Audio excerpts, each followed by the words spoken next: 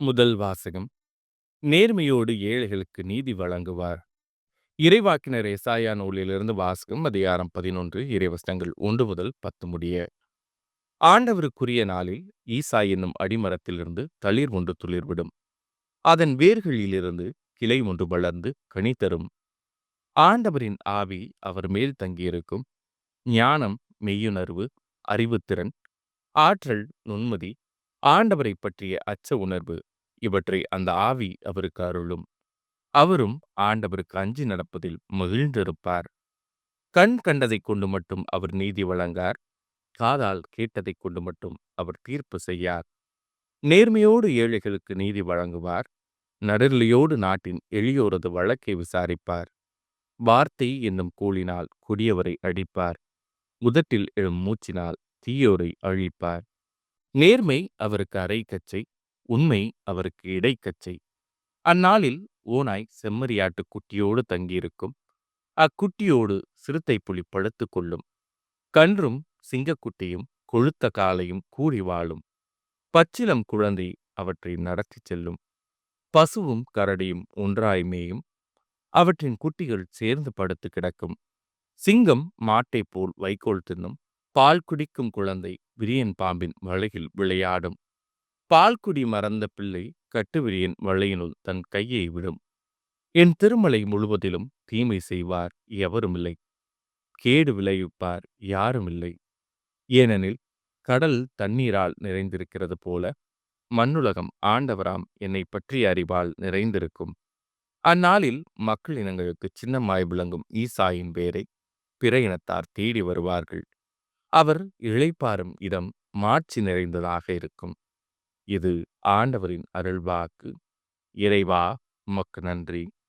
பதிலுரை பாடல். ஆண்டவருடைய காலத்தில் நீதி தழைத்தோங்கும். கடவுளே, அரசருக்கு உமது நீதி தீர்ப்பை வழங்கும் ஆற்றலை அளியும். அரசமைந்தரிடம் உமது நீதி விளங்கச் செய்யும். அவர் மக்களை நீதியோடு ஆழ்வாராக. உம்முடையவரான எளியோர்க்கு நீதி தீர்ப்பு வழங்குவாராக. ஆண்டவருடைய காலத்தில் நீதி தழைத்தோங்கும். அவர் காலத்தில் நீதி தழைத்தோங்குவதாக. நிலா உள்ள வரையில் மிகுந்த சமாதானம் நிலவுவதாக. ஒரு கடலிலிருந்து அடுத்த கடல் வரைக்கும் அவர் ஆட்சி செலுத்துவார். பேராற்றிலிருந்து உலகின் எல்லை வரைக்கும் அவர் அரசாள்வார். ஆண்டவருடைய காலத்தில் நீதி தழைத்தோங்கும்.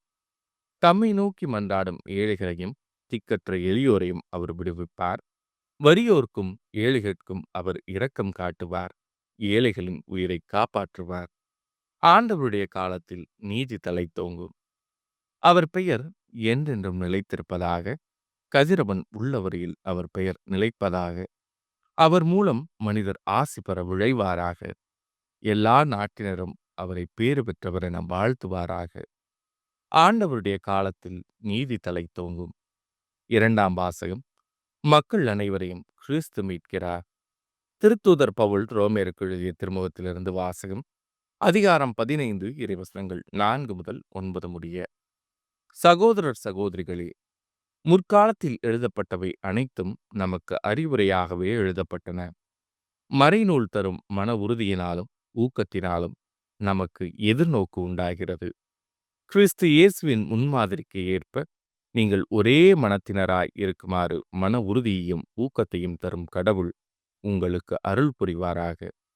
இவ்வாறு நீங்கள் அனைவரும் ஒருமனப்பட்டு நம் ஆண்டவர் இயேசு கிறிஸ்துவின் கடவுளும் தந்தையுமானவரை ஒருவாய்ப்பட போற்றி புகழ்வீர்கள்.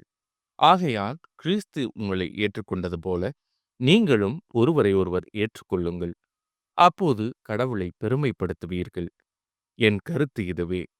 கடவுள் உண்மையுள்ளவர் என்பதை காட்டுமாறு கிறிஸ்து விருத்த சேதனம் செய்து கொண்டவர்களுக்கு தொண்டரானார். மூதாதையருக்கு தரப்பட்ட வாக்குறுதிகளை உறுதிப்படுத்தவும் பிற இனத்தார் கடவுளுடைய இரக்கத்தை பார்த்து அவரை போற்றி புகழவும் இவ்வாறு தொண்டரானார். ஆகவே பிற இனத்தாரிடையே உம்மை போற்றுவேன், உமது பெயருக்கு புகழ் மாலை சாற்றுவேன் என இதை குறித்து மறைநூலில் எழுதியுள்ளது. இது ஆண்டவரின் அருள்வாக்கு. இறைவா உமக்கு நன்றி. நற்செய்திக்கு முன் வாழ்த்துளி. அல்லேலூயா, அல்லேலூயா. ஆண்டவருக்காக வழியை ஆயத்தமாக்குங்கள். அவருக்காக பாதையை செம்மையாக்குங்கள்.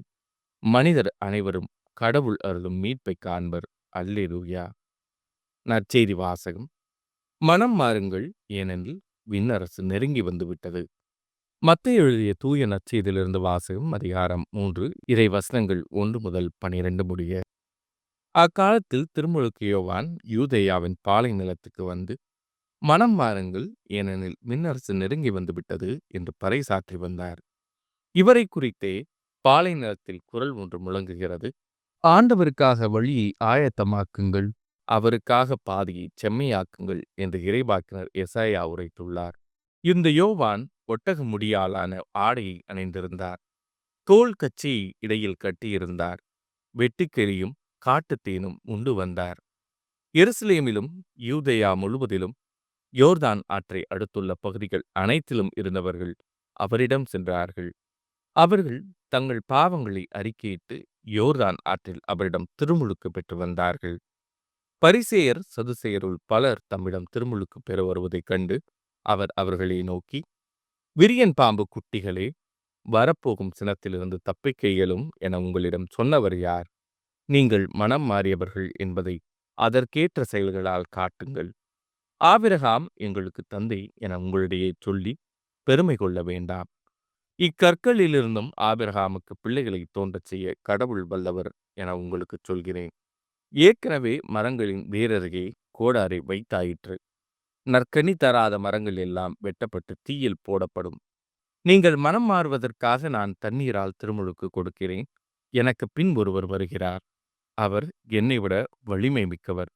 அவருடைய மிதியடிகளை தூக்கிச் செல்லக்கூட எனக்கு தகுதியில்லை. அவர் தூய ஆவி என்னும் நெருப்பால் உங்களுக்கு திருமுழுக்கு கொடுப்பார். அவர் சுலகை தம் கையில் கொண்டு கோதுமையையும் பதரையும் பிரித்தெடுப்பார். தம் கோதுமையை களஞ்சியத்தில் சேர்ப்பார், ஆனால் பதரை அணையா நெருப்பிலிட்டு சுட்டெரிப்பார் என்றார். இது ஆண்டவரின் அருள்வாக்கு. கிறிஸ்துவே உமக்கு புகழ்.